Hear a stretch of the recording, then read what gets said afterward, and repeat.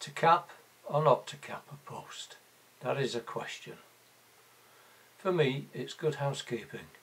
A cap provides protection for the post. Rain soaks into the top of the post, which is more porous than the sides. The sun dries out the post. This causes the timber to swell and then contract.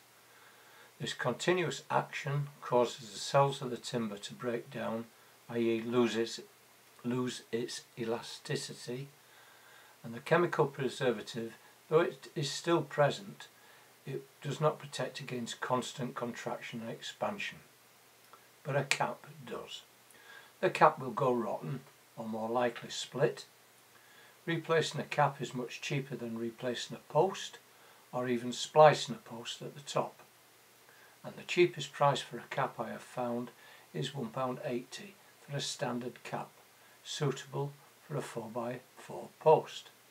Therefore 12 posts required equals £21.60 or $33.07, which is okay if all your posts are the same 4x4, which, as in my case, using reclaimed posts, they're not.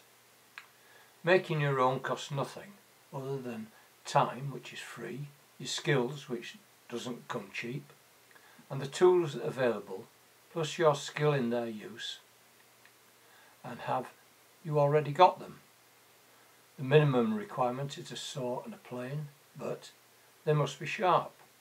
I keep 3 saws, one unused, one I am using, and the one I used to use and is now used for the garden and the allotment.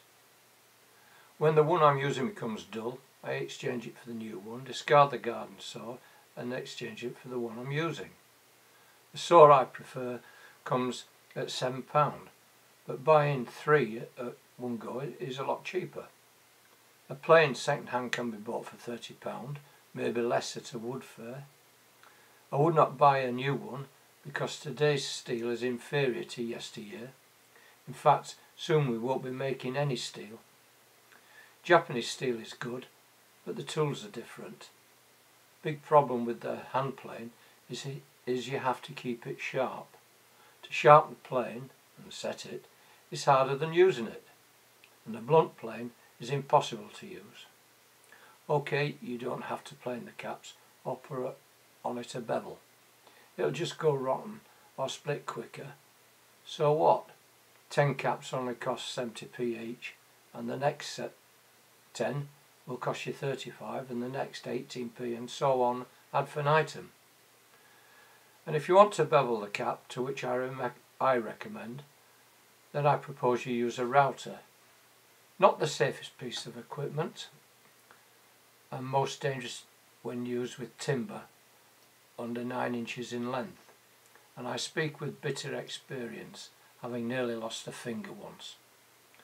But following the manufacturer's instructions, you should be all right. I have 4 routers, one of Bosch, which I purchased for £10, pack tested, from the Bentley Wood Fair 4 years ago, or a cheap router from Aldi at £30, and all my other routers are valued over £100. So unless you already have one, I would not go down that avenue.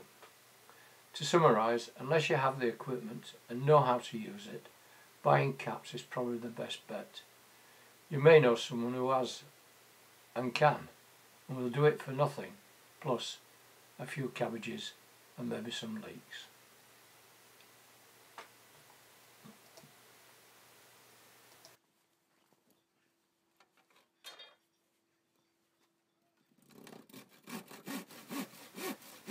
Here we have a scrap piece of wood which we've marked out to the size.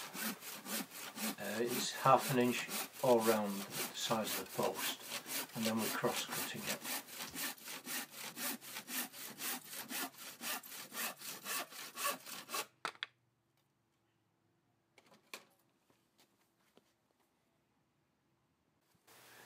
Turning the wood 90 degrees, we then cut down the grain, and for this we've used a clamp to keep it firm. And I suggest that if you're not got a strong wrist, clamping is a good method of doing it. And cutting down the grain is harder than cross-cutting. Using clamps can be a safe method of using a saw, and I would advise using one if you're not sure of yourself.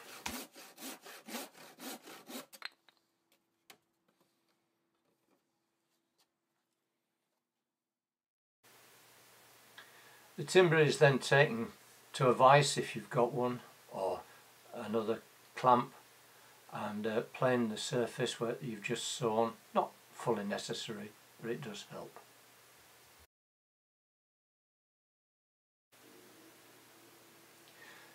I'm now marking the bevel on the top. You just use your fingers as a gauge, but if you've got a marking gauge you might as well use it, but it's not necessary.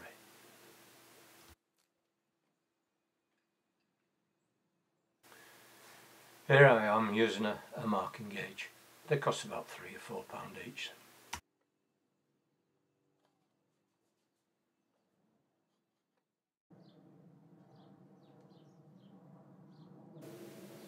We're now planing the bevel. Going along the grain is quite easy, but when you're going across the grain, when you turn it round, that is more difficult, and you really need a sharp plane, and you have to go from the edge to the centre, turn the wood round and plane again from the edge to the centre. You can't go right across, otherwise you will split the wood. The plane needs to be at a 45-degree angle as well, so it slices across the end grain.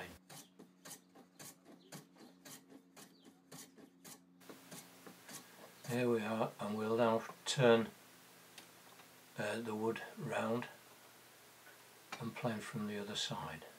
So we're turning it round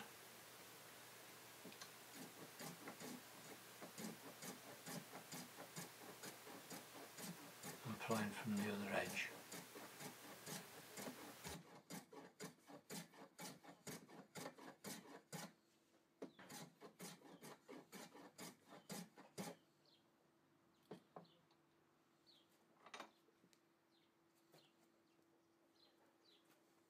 And this is an example of planing a 45-degree bevel across the grain. With the cap placed on a non-slip mat, like you use on a drinks tray, here's the 10-pound router using a 45-degree bit with a roller guide fitted to it. And you travel in a clockwise circular motion round the plate.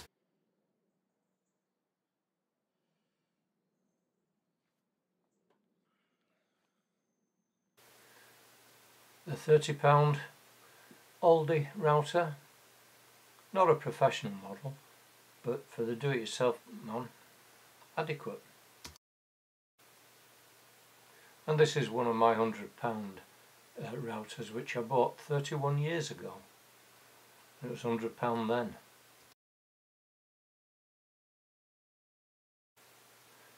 And this is the finished product, and it looks quite professional. Everything is square and true.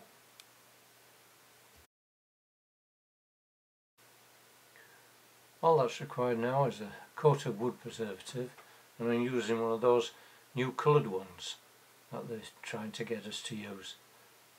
This was I think £5 from Wilko, and I think B&Q do a cheap one, or you can pay the top home base price, but I think they're quite good. And all that remains now is for this to dry, and we can then fix it, attach it to the posts. I hope you found this video informative and useful, and could you please subscribe and make comments, because I do look forward to them, and look forward to you when I finish the fence in part 2A.